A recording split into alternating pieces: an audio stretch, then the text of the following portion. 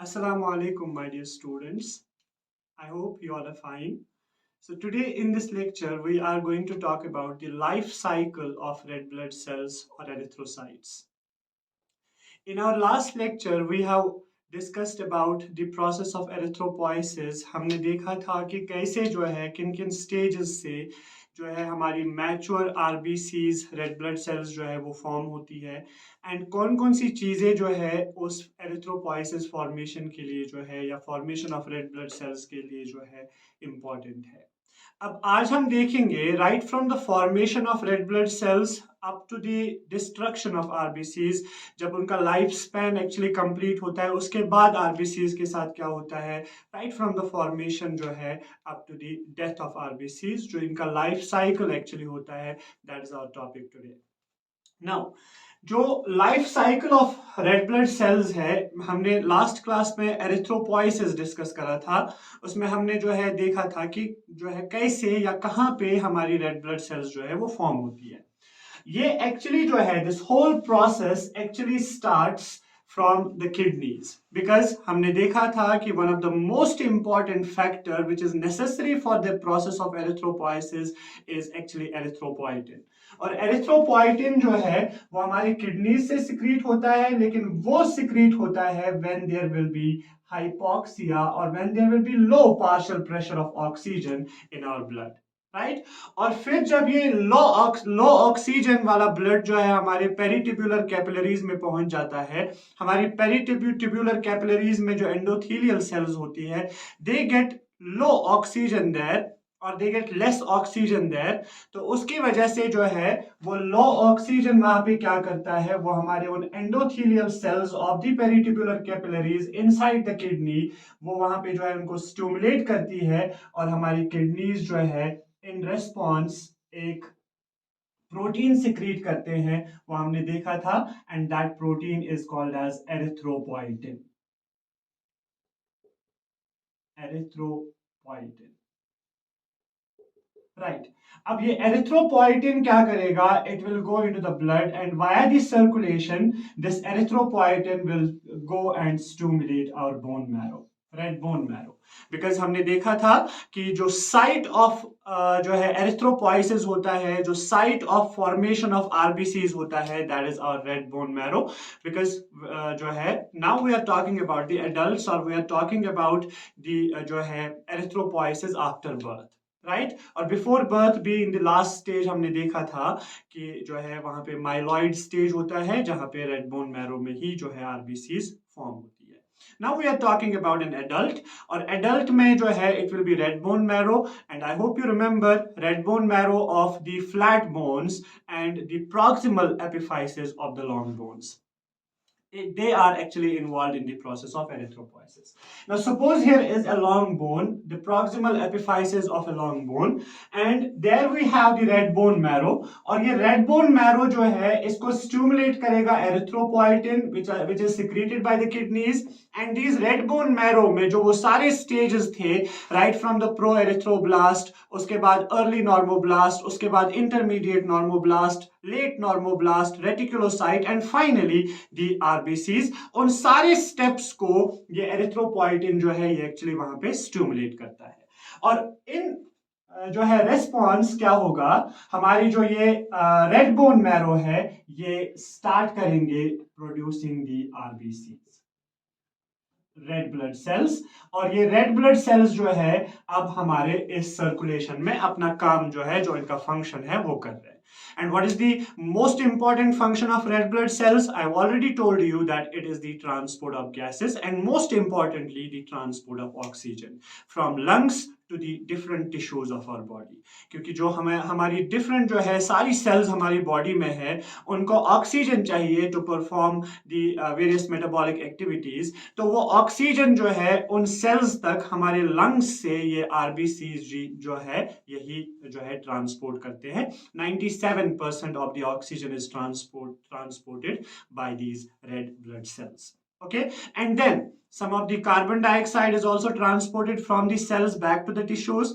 Then these red blood cells जो है इनका जो है रोल होता है एरिथ्रोसाइट सेडिमेंटेशन रेट में, और इनका जो रोल रहता है आरबीसीज का, that is one of the function of RBCs is determination of blood group, क्योंकि ब्लड ग्रुप के लिए हमें जो है उन एंटीजेंस की जरूरत है, मतलब उन एंटीजेंस से ही एक्चुअली जो है हम ब्लड ग्रुप डिटरमिन करते हैं, जो एंटीजेंस आरबीसी के सरफेस पे जो है प्रेजेंट होते हैं, that is A antigen and B antigen, okay, और if they are not present there तो वी कैन फाइंड आउट कि there is the blood group O, right. So in short I can say कि वो जो RBCs है उनका जो है रोल रहता है determination of blood group when we are talking about the ABO blood group system, right. Fine.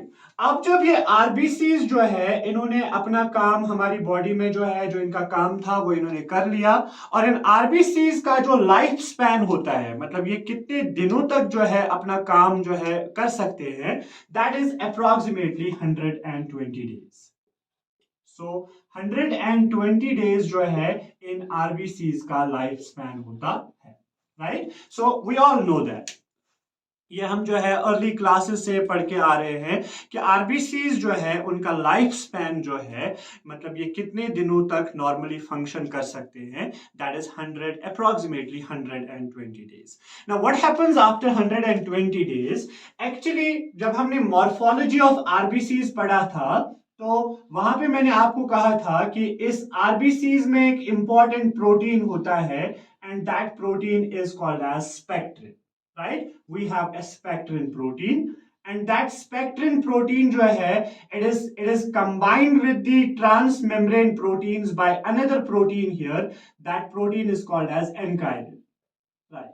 ये हमने मॉर्फोलॉजी, अगर आपने मॉर्फोलॉजी ऑफ आरबीसी जो है अभी तक नहीं देखा है तो वो हमने पहले ही जो है वीडियो जो है अपलोड करा है, आप प्लीज वो देख लीजिए पहले.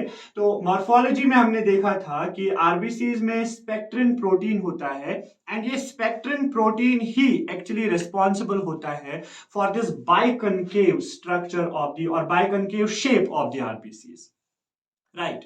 और बाइकनकेव शेप की जो इंपॉर्टेंस है बाइकनकेव शेप की, वो ये उनमें से एक इंपॉर्टेंस ये भी थी कि जो छोटी छोटी ब्लड कैपिलरीज जो है उन ब्लड कैपिलरीज से ये आरबीसी जो है इजीली पास हो सकते हैं by because of this biconcave shape. Now that biconcave shape is because of this spectrin protein.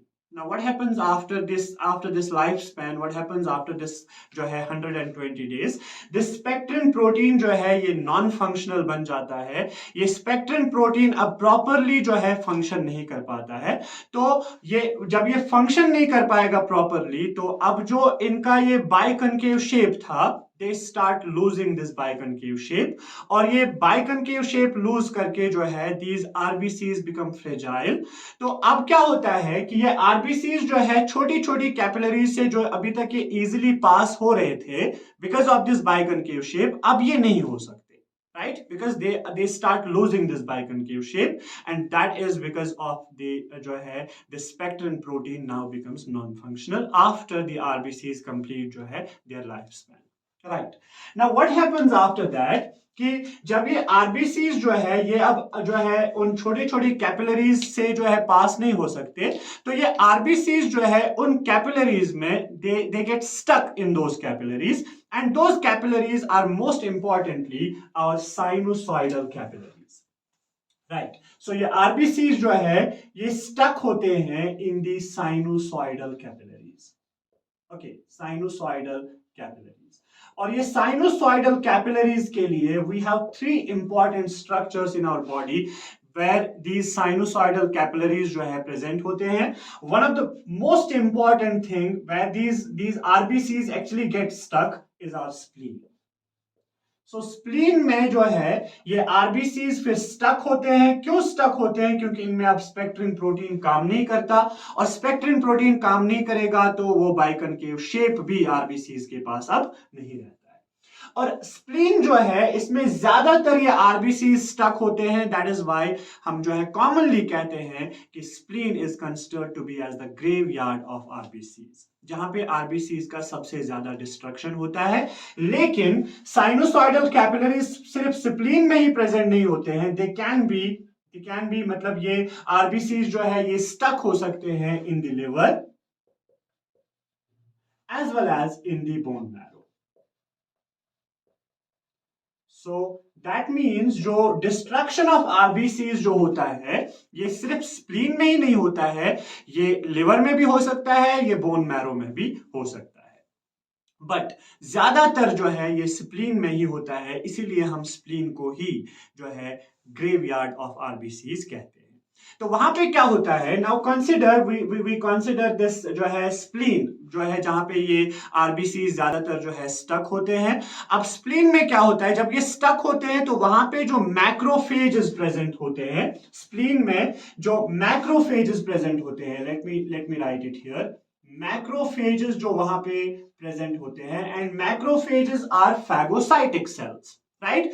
अब फैगोसाइटिक सेल्स क्या करेंगे, जब ये आरबीसीज वहां पे स्टक होते हैं तो ये आरबीसीज जो है मैक्रोफेजेस के जरिए जो है एनगल्फ किए जाते हैं, और मैक्रोफेजेस क्या करते हैं, इन आरबीसीज को अपने अंदर ले लेते हैं और इनका ब्रेक डाउन स्टार्ट करते हैं, राइट। अब ये मैक्रोफेजेस जो है ये एनगल्फ करते हैं आरबीसीज को, एनगल्फ दी आरबीसीज, एंड जब ये एनगल्फ करते हैं आरबीसीज को तब ये फैगोसाइटोसिस करते हैं, और फैगोसाइटोसिस के बाद they start the break down of RBCs, right. अब जब ये ब्रेक डाउन ऑफ आरबीसीज करते हैं तो वहां पे जो इन आरबीसीज के पास हीमोग्लोबिन होता है, because we have seen the most important thing inside the RBCs is actually haemoglobin, जो वो ट्रांसपोर्ट का काम करता है, जो आरबीसीज का एक्चुअली सबसे इंपॉर्टेंट काम है, that is transport of oxygen, right. और वो oxygen in combination with haemoglobin he transport होता है, और वो हीमोग्लोबिन इन आरबीसीज के अंदर प्रेजेंट होता है। वो हमने देखा था एरिथ्रोपोइसिस में, कब जो है वो हीमोग्लोबिन जो है फॉर्म होता है और कब वो हमारे आरबीसीज में अपीयर होता है, राइट। सो इस आरबीसीज के साइटोप्लाज्म में हीमोग्लोबिन होता है। अब हीमोग्लोबिन जब ये आरबीसीज का ब्रेक डाउन स्टार्ट होता है तो इन आरबीसीज से रिलीज होता है, जब हम इनका ब्रेक डाउन करते हैं तो इन आरबीसीज से रिलीज होता है हमारा हीमोग्लोबिन। सो हीमोग्लोबिन जो है, हीमोग्लोबिन को हमने जो है लिबरेट किया है, या सॉरी हीमोग्लोबिन को हमने रिलीज किया है फ्रॉम द आरबीसीज, और जब हम इसको रिलीज करते हैं तो फर्दर हम इस हीमोग्लोबिन को भी जो है ब्रेक डाउन इसका स्टार्ट कर देते हैं। और जब हम हीमोग्लोबिन का ब्रेक डाउन स्टार्ट करते हैं तो what we will get is we will get the haem part of haemoglobin, and definitely we will get the globin part of the haemoglobin, right? Because we all know that hemoglobin is made up of two parts. One is the heme part of hemoglobin and second is the globin part of hemoglobin. अब when we talk about the globin part, globin is actually made up of those globin chains. We have those protein chains, we have the alpha chains, beta chains, gamma chains, and जो है delta chains, depending upon what type of hemoglobin it is. Is it the fetal hemoglobin? Is it the adult hemoglobin? Is it जो है HbA1 or is it HbA2? So there are several types of hemoglobin. So depending on that, we have different types of जो है these globin chains present in the hemoglobin. We will talk about that in the structure of hemoglobin. अब हीमोग्लोबिन में अभी आपको याद रखना है कि we have the haem part of the haemoglobin and we have the globin part of the haemoglobin. So globin part जो है it is made up of proteins, so that means we are taking out these जो है globin chains, we are taking out these protein chains from the hemoglobin, and these proteins can be converted into amino acids. Because proteins का जो building block होता है, proteins के जो monomers होते हैं, we have the amino acids. So proteins को हम फर्दर ब्रेक डाउन करते हैं into amino acids, and those amino acids को जो है हम वापस हमारे ब्लड में रिलीज करके फिर ब्लड से जो है इन अमीनो एसिड्स को हम रिसाइकल करते हैं, इन अमीनो एसिड्स को हम ब्लड में सॉरी हमारी बॉडी में फिर से यूज कर सकते हैं। For example these amino acids can be reused for the synthesis of hemoglobin there during the erythropoiesis process, right? Now this heme part Now this heme part जो है, hemoglobin is broken down into heme part and globin part. Okay, let me write it here. It is broken down into globin part. So globin part is actually made up of proteins. So those proteins are broken down into amino acids. Amino acid जो है उसको recycle किया जाता है हमारी body में, उसको reuse किया जाता है। अब जो ये हीमोग्लोबिन है, सॉरी हीम पार्ट है, हीम पार्ट को भी हम इस हीमोग्लोबिन से अलग कर देते हैं और हीम पार्ट को हम फर्दर ब्रेक डाउन करते हैं, इसको फर्दर हम डिग्रेड करते हैं दो पार्ट्स में। One is actually bilirubin, it is actually biliverdin. This heme part is degraded into biliverdin. Biliverdin is further broken down into bilirubin. Now after that what we get is bilirubin, and then second part जो है that is actually iron. Because हमें पता है कि iron जो है, हमने देखा था लास्ट क्लास में, the things which are necessary for the hemoglobin synthesis और which are necessary for the process of erythropoiesis, उनमें एक चीज था आयरन। तो वो आयरन जो है वो हमारे हीमोग्लोबिन का जो है पार्ट होता है। अब उस आयरन को भी हम इस हीम पार्ट से जो है अलग कर देते हैं और वो आयरन जो है वो हमारे लिवर में जो है फॉर एग्जांपल स्टोर रहता है in the form of ferritin और इन द फॉर्म ऑफ हीमोसिडरिन। तो आयरन जो है ये हमारी बॉडी में स्टोर रहता है आयरन, और उसके बाद जो ये आयरन है, so it is for example it is stored in the liver in the form of ferritin, right? So iron combines with apoferritin or iron जो है that makes ferritin, and ferritin is actually the storage form of iron, and when many ferritin जो है वो molecules वहां पे combine होते हैं they form hemosiderin, और hemosiderin जो है form में भी हम iron को store कर सकते हैं, राइट। सो अब जब हमें इस आयरन की फिर से हमारी बॉडी में जरूरत होगी, for example again for the synthesis of haemoglobin, तो ये आयरन जो है ये रिलीज हो जाएगा back into the circulation and it will B reused back into the body, right? Now what happens with this bilirubin is, this bilirubin is taken by the liver, it goes via the circulation from the spleen, because it all happens there in the spleen, it is done by the macrophages there, और bilirubin जो है ये हमारे circulation में आके जो है जो हमारा एल्बुमिन प्रोटीन होता है वहां पे plasma protein, because I have told you in the functions of plasma proteins कि जो ट्रांसपोर्ट का काम होता है हमारी बॉडी में that is done by the plasma proteins, that is done by the albumin as well as the globin proteins. अब जो ये बिलिरुबिन है ये हमारे जो है for example it goes into the circulation, और वहां पे जो है इन कॉम्बिनेशन विद एल्बुमिन इस बिलिरुबिन को जो है ट्रांसपोर्ट किया जाता है इनटू द लिवर। और लिवर में क्या होता है, ये बिलिरुबिन एक्चुअली जो है कंबाइन होता है with the bile, because we know कि हमारे लिवर में जो है प्रोड्यूस होता है या हमारा लिवर जो है सिक्रीट करता है एक जो है important juice that is called as bile juice, और that is simply called as bile, जो हमारे जो है जहां जिनमें बाइल एसिड्स बाइल सॉल्ट जो होते हैं वो हमारे फैट जो है डाइजेशन में एक्चुअली हेल्प करते हैं। तो ये जो बिलिरुबिन है इसको हम लिवर में लेके जाते हैं और लिवर में जो है फिर ये बाइल के साथ कंबाइन होता है, ये बिलिरुबिन जो है ये बाइल के साथ कंबाइन होता है और फिर लिवर से इसको सिक्रीट किया जाता है via the common bile duct, और ये पहुंच जाता है हमारे डिओडिनम में। वो प्रोसेस आपको पता होगा कि हमारे लिवर से जो है बाइल जो है वो सिक्रीट किया जाता है और फिर जो है right hepatic duct left hepatic duct से वो जो है फॉर एग्जांपल हमारे जो है गॉल ब्लैडर में स्टोर भी रहता है, फिर जब गॉल ब्लैडर से वो रिलीज होता है तो that comes via the common bile duct से। Okay, let me draw it here, fine. यहां पे मैं बना दूं for example this is liver and यहां पे for example we have the gall bladder.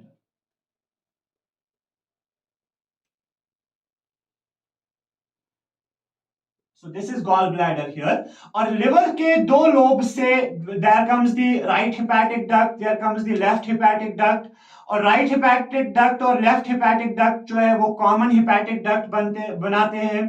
और यहां से गॉल ब्लैडर वाला डक्ट जो है that is called as cystic duct, वो जो है मतलब यहां से आके गॉल ब्लैडर में स्टोर रह गया, और गॉल ब्लैडर से फिर जब ये रिलीज होता है, सिक्रीट होता है ये जो है बाइल, और ये फिर आता है कॉमन बाइल डक्ट से, राइट। और कॉमन बाइल डक्ट से फॉर एग्जांपल यहां पे हमारा स्टोमक है, and here we have the duodenum, right. और ये कॉमन बाइल डक्ट जो है यहां पे पहुंच के हमारे पैनक्रियाटिक डक्ट के साथ मिल जाता है। This we have to talk about in the digestive system. तो यहाँ पे जो है पैनक्रियाटिक जूस सिक्रीट करता है, हमारे लिवर से या गॉल ब्लैडर से बाइल आता है, और दोनों जो है कंबाइन होके हमारा जो है हिपैटो पैनक्रियाटिक डक्ट फॉर्म करते हैं, और ये सारी चीजें जो है हमारे डिओडिनम में सिक्रीट होती है। So what we can say is कि हमारा जो ये बिलिरुबिन है ये हमारे लिवर में जो है पहुंच जाता है after it has been formed from the haem part of haemoglobin. Haem part of haemoglobin gets degraded into bilirubin, bilirubin जाता है लिवर में, और लिवर से ये बिलिरुबिन जो है पहुंच जाता है हमारे डिओडिनम। और डिओडिनम में ये एक्चुअली डिओडिनम से फिर जो है स्मॉल इंटेस्टाइन और फिर लार्ज इंटेस्टाइन में पहुंच जाता है।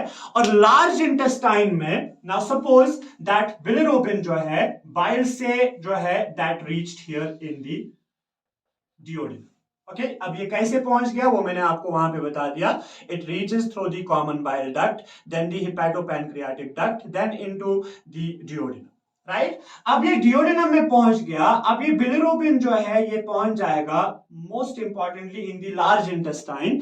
और लार्ज इंटेस्टाइन में हमारे पास वो बैक्टीरियल फ्लोरा होता है, और वहां पे जो बैक्टीरिया होते हैं वो इस बिलिरुबिन का डिग्रेडेशन स्टार्ट करते हैं, राइट। और इस डिग्रेडेशन में this bilirubin is actually converted into this bilirubin, late me write it here, this bilirubin in the large intestines, this bilirubin gets converted into urobilinogen.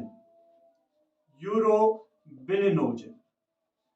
अब ये urobilinogen जो है, some of the urobilinogen it gets absorbed into the circulation, और ये circulation से पहुंच जाता है हमारे किडनीज में, let me write it here, urobilinogen।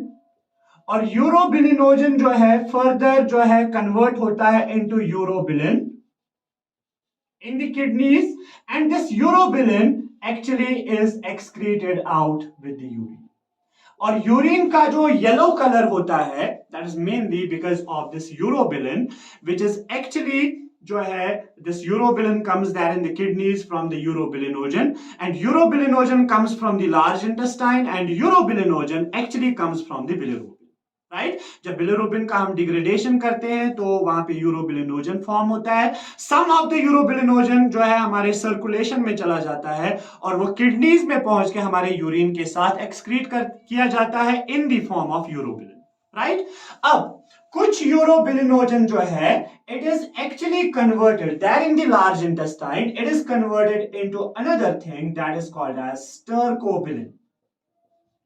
Stercobilin, and this stercobilin is actually excreted with the feces, and it is this stercobilin which actually gives that brown color to our feces.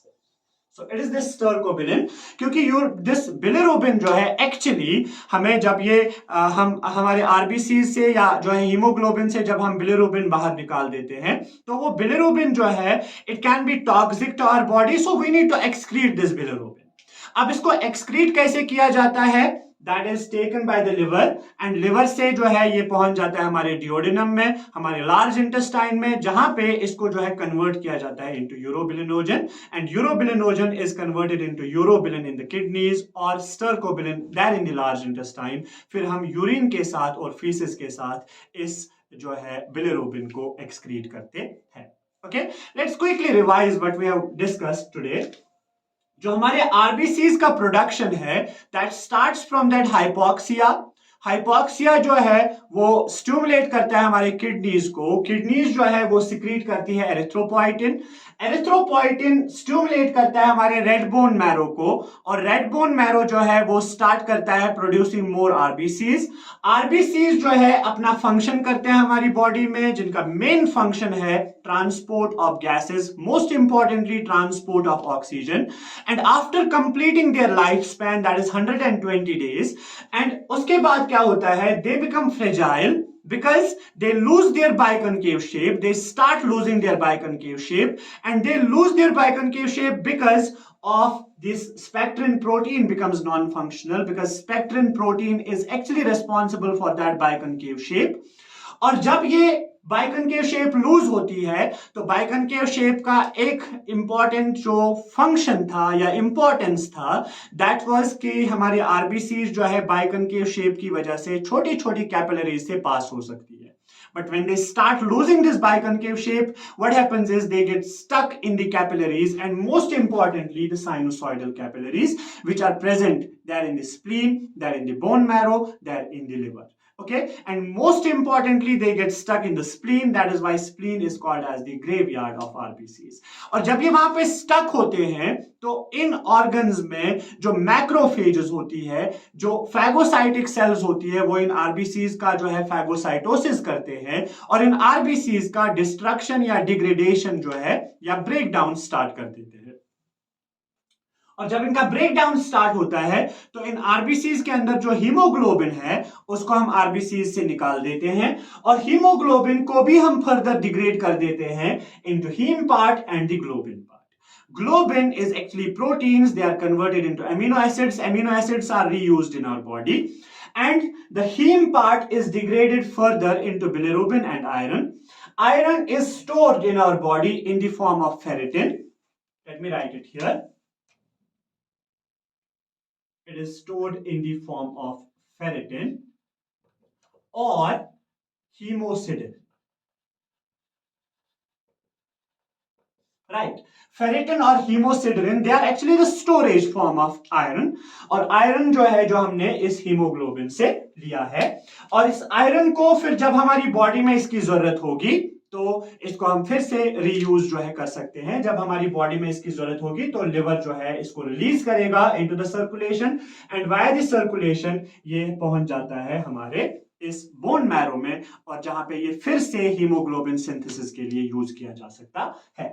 Now this bilirubin actually goes, it is also taken up by the liver, and वहां पे जो है इसको ये bile के साथ combine करता है, और बाइल के साथ जब ये कंबाइन होता है तो ये हमारे जो है इस बाइल के साथ हमारे डियोडिनम में पहुंच जाता है, क्योंकि बाइल जो है जब लिवर से गॉल ब्लैडर से स्क्रीट होता है तो ये जो है हमारे कॉमन बाइल डक्ट से फिर हिपैटोपैनक्रियाटिक डक्ट से हमारे स्मॉल इंटेस्टाइन के पहले पार्ट दैट इज डियोडिनम वहां पे पहुंच जाता है.